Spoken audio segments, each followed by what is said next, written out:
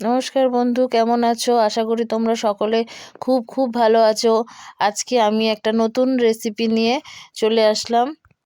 অতি সহজভাবে তৈরি এই চিকেন রেসিপিটা কেমন লাগলো জানাতে ভুলো না কিন্তু বন্ধু। যদি ভালো লেগে থাকে তাহলে অবশ্যই অবশ্যই পাশে থেকো এবং আমার চ্যানেলটিকে সাবস্ক্রাইব করে দিও।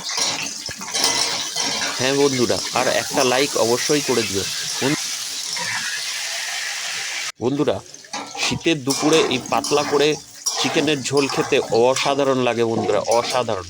বন্ধুরা, এর জন্য আমরা প্রথমে কড়াই তেল দিয়ে আলুগুলো ভেজে নিচ্ছি।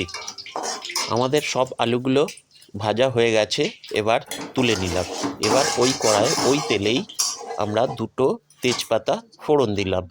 এবারে পেঁয়াজ কুচি দিয়ে দিচ্ছি। পেঁয়াজ কুচিগুলো আমরা ভালো করে কুচিয়ে নিয়েছি, সরু সরু লম্বা লম্বা করে। এবার এগুলো আমরা একটু ভালোভাবে ভেজে নেব। মোটামুটি যখন দেখো বন্ধুরা আমাদের ভাজাটা এই রকম হয়ে এলো, তখন আমরা এর মধ্যে এবারে আদা বাটা দিয়ে দেব বন্ধুরা। আমরা আদাটা আগে থেকে বেটে নিয়েছিলাম। সেই বন্ধু, আমরা এই যে পেস্টটা দিলাম না, এর মধ্যে আদা, রসুন আর কাঁচা লঙ্কা আছে। সবগুলোই আমরা একসঙ্গে বেটে নিয়েছি। সেগুলো তোমরা মিক্সিতেও দিতে পারো বা শিলেও বেটে দিতে পারো। সমস্ত উপকরণগুলো বন্ধুরা এইবার আমরা একসঙ্গে ভালো করে নাড়তে থাকলাম। একটু যখন কষে গেল, এর মধ্যে থেকে কাঁচা গন্ধটা দূর হয়ে গেল, তখন বন্ধুরা আমরা মাংসটা এর মধ্যে দিয়ে দিলাম। দিয়ে আবার ভালো করে নাড়াতে থাকছি এবং মাংসর সঙ্গে সমস্ত উপকরণ ভালো করে মিশে গেলে বন্ধুরা এর মধ্যে আমরা টমেটো দিয়ে দিলাম। এক পিস ছোট টমেটো নিয়েছি, নিয়ে 4 পিস করে নিয়েছি, করে নিয়ে এর মধ্যে দিয়ে দিলাম বন্ধুরা। এবার আমরা এর মধ্যে স্বাদ মতো নুন দিয়ে ফের কষাতে থাকছি বন্ধুরা। দেখো বন্ধুরা, তোমরা এখানে অবশ্যই খেয়াল রেখো, এটা যেন সবসময় একটু নাড়তে থেকো, একটু কিছুক্ষণ ছাড়া ছাড়াই নাড়তে থেকো।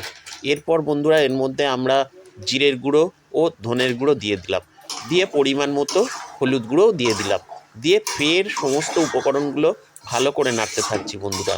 দেখো, তোমরাও এই রেসিপি এইভাবে বানিয়ে দেখো, খুব সুন্দর খেতে লাগবে। আর শীতের দুপুরে খেতে একদম কথা হবে না বন্ধুরা, কথা হবে না। গরম ভাতের সঙ্গে খেতে দুর্দান্ত লাগে বন্ধুরা। বন্ধুরা দেখো, এইভাবেই আমরা সমস্ত মাংসটাকে ভালো করে কষিয়ে নিচ্ছি। এবারে আমরা একটু কাশ্মীরি লঙ্কা দিয়ে দিলাম।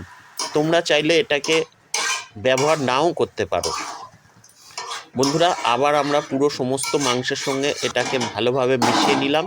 নিয়ে এইবার আগে থেকে যে ভাজা আলুগুলো ছিল না, সেগুলো এর মধ্যে ভালো করে দিয়ে ফের সমস্ত উপকরণগুলো একসঙ্গে মিশিয়ে নিচ্ছি আর সেই সঙ্গে ভালো করে কষাতে থাকছি বন্ধুরা। দেখো, যখন আমাদের মাংসগুলো পুরো কষা হয়ে এলো ভালোভাবে, তোমরা দেখে নিও এইভাবে অন্তত মিনিট 15 কষানোর পরেই মোটামুটি ভালোভাবে কষে যাবে। ভালোভাবে যদি কষে যায় তাহলে তোমরা ঢাকা দিয়ে একটুখানি রেখে দিও, মিনিট 5-10 মতন। দেওয়ার পরে আবার খুলে দেখো বন্ধুরা কত সুন্দর দেখতে হয়েছে। এইবার আমরা পুরোপুরি কষানো হয়ে গেছে, উপর থেকে জল দিয়ে দিলাম বন্ধুরা। তোমাদের এই ঝোলের পরিমাণটা তোমরা যতটা রাখতে চাও ততটা পরিমাণেই জল দিও বন্ধুরা। তোমরা অবশ্যই খেয়াল রেখো ঝোলটা যেন তোমাদের পরিমাণ মতোই তোমরা দিও। আমরা এই রকম পরিমাণেই দিলাম বন্ধুরা। এইবার আমরা জলটা দিয়ে ভালো করে ফোটাতে থাকলাম। ভালো করে ফুটে গেলে আর আলুগুলো সিদ্ধ হয়ে গেলে আমাদের রেসিপি একদম তৈরি হয়ে গেছে বন্ধুরা। দেখো, এবার আমরা উপর থেকে ধনেপাতা দিয়ে একটু নাড়িয়ে নামিয়ে নিলাম বন্ধুরা।